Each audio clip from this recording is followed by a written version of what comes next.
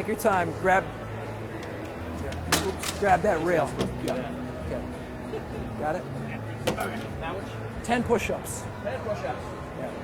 Good form. Remember, push-ups, we're going to pull that, keep that core nice and tight.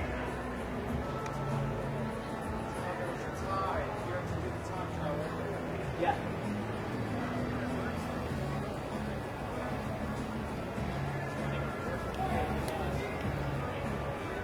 Okay. I like to do these external rotations actually in 3 different positions. You know, I believe that one of the ways we can keep our shoulders healthy for swimming is to build external rotation strength, because everything that we do in life is about internal rotation. We get imbalance at the shoulder, we can sometimes get impingement. So he's basically building external rotation strength. First in a position that's straight in front of his body. This works the teres minor, and then he pull that right up to your, right up. Working on the supraspinatus here a little bit. Again, another important rotator cuff muscle, building external rotation strength. So again, this is about making you a healthier, more powerful swimmer in a different kind of out-of-the-box way.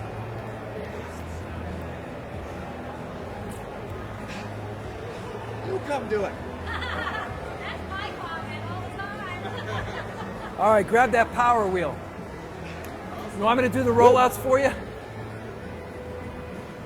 He's going to do 5 rollouts. 5 rollouts. This is an excellent way, if you have this level of strength, to me, to build strength in the upper body, particularly the larger muscles of the back, and also tremendous core strengthening exercise, obviously.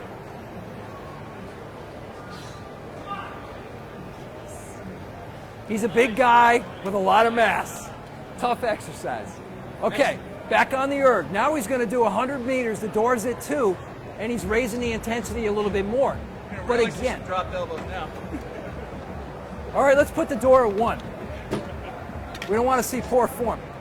Again, the idea is always monitoring the quality of your stroke while you're actually going through these exercises. Yes. When you're on the band, stay to break your wrist, or should they be I don't think so. I think you want to keep your wrist straight. When you bend your wrist a little bit, you tend to break the plane and also make it harder to really focus on this. The action becomes here. So this is really what we want. We want a nice, solid plane. Now again, Todd, back off on the intensity just a little bit and really focus on your stroke technique. We really don't want that elbow drop. There you go, exactly. See, this is humbling.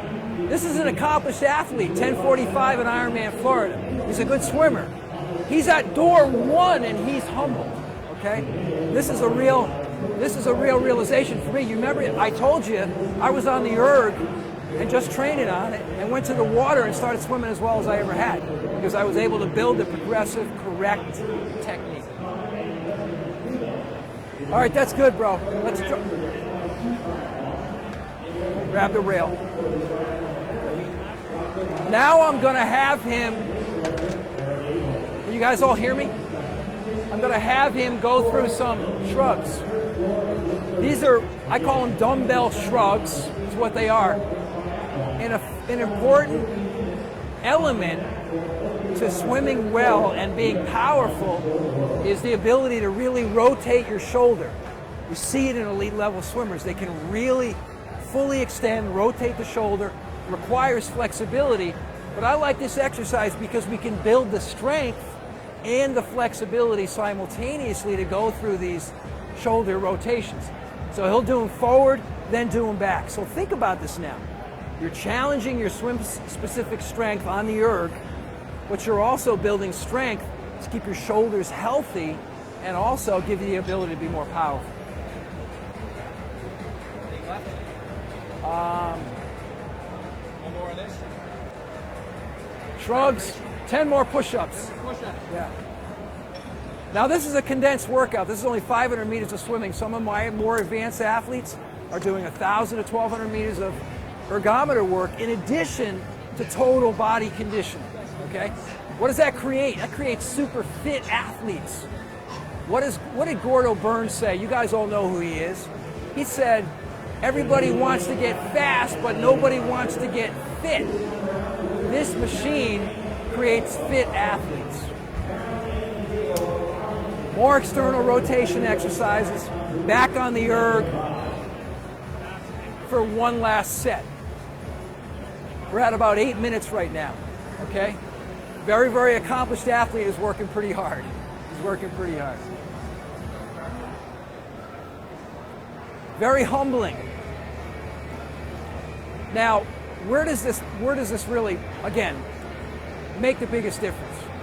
If you have a difficult time going through some of these exercises, how do you expect to be stroking correctly 2,500 meters into your 3,000 meter workout? You won't be. You'll be dropping your elbow. What's going to be happening? You're building the wrong, incorrect technique. Okay. 100 meters. This time you're going to surge a little bit at the end of each 25. Okay.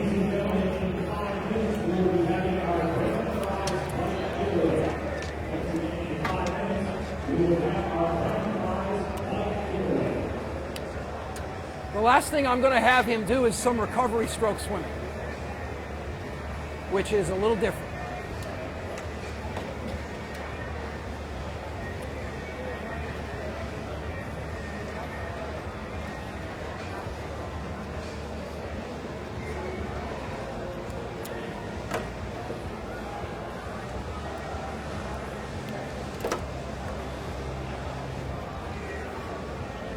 How's he doing? Should we cheer him on? What I asked him to do in this particular set is surge a little bit after each 25. How many times have you guys been in open water swims where you wanted to jump a pack, get on somebody's feet to draft, which is hugely smart, by the way, because drafting works in the water. You got to just surge a little bit. So we practice that on the erg. We train that ability to surge.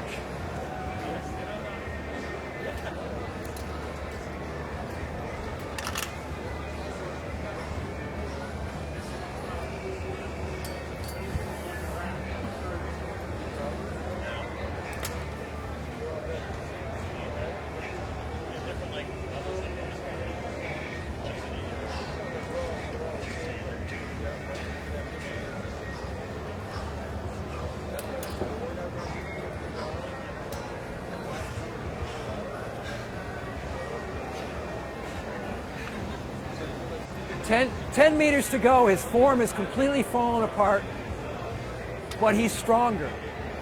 Even with slightly less form, when he recovers from this workout, he's going to be stronger. He's going to be better prepared to deal with a chaotic open water environment. Okay. Now, that's it. Okay. All set again? Yeah. Now, I haven't actually coached him yet on how to do the recovery stroke, which is one way that I like to wrap up a lot of sessions that I do or have folks do on the ergometer. The recovery stroke is a way to, again, build strength. How many of you in late stages of the swim do you find that your recovery is difficult? It's fatiguing. So, this is what we do.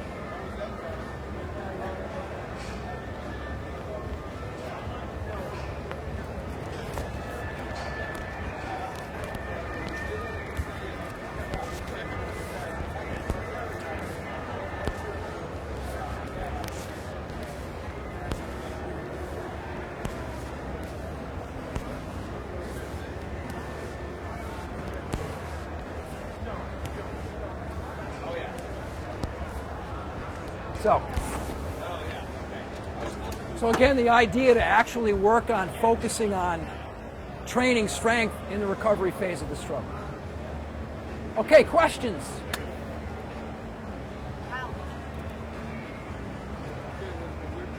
Oh, by the way, sample